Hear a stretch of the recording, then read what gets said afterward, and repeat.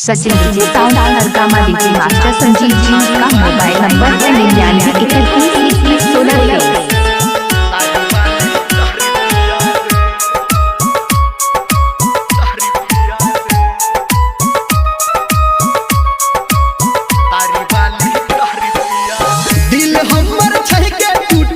केकरो प्यार में हम छे लूटल, दिल हमर छै के टूटल। केकरो प्यार में हम छे लूटल, जीवन कोना हमरा जिया दे। तारी वाली तारी पिया दे, तारी वाली तारी पिया दे, तारी वाली के तारी पिया दे, तारी वाली तारी पिया दे। इलाका भला किसी का भी हो, धमाका सचिन डीजे का ही होगा।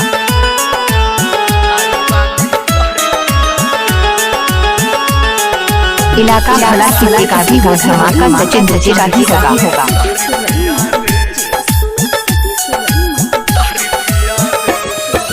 गुनाह केलौ हम दिल लगा के अपने के पछताबै छी। गुनाह केलौ हम दिल लगा के अपने के पछताबै छी। याद कर जब जब आबैया हम तो के भूलाबै छी।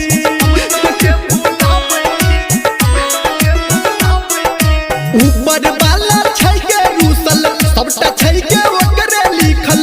जखन संग में जोहर खिया दे, तारी वाली तारी पिया दे, तारी वाली तारी पिया दे, तारी वाली के तारी पिया दे, तारी वाली तारी पिया दे। Mixing master Raju Kumar Sunkapatti.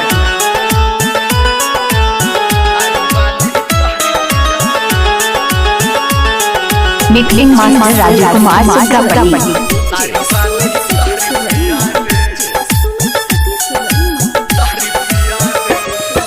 नजर के दोस्त नजर से भेलै, पगली हमरा छोड़ के गेलै। नजर के दोस्त नजर से भेलै, पगली हमरा छोड़ के गेलै। धर्मेंद्र निर्मलिया कहो दिल हमर तोड़ के गेलै।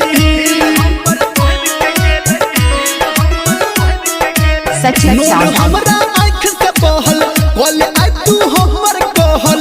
चल न गे हिया जुरा दे, तारी वाली तारी पिया दे, तारी वाली तारी पिया दे, तारी वाली के तारी पिया दे, तारी वाली तारी पिया दे। Mixing master Raju Kumar Sunkapatti. इसका मोबाइल नंबर है 62 064 74 928।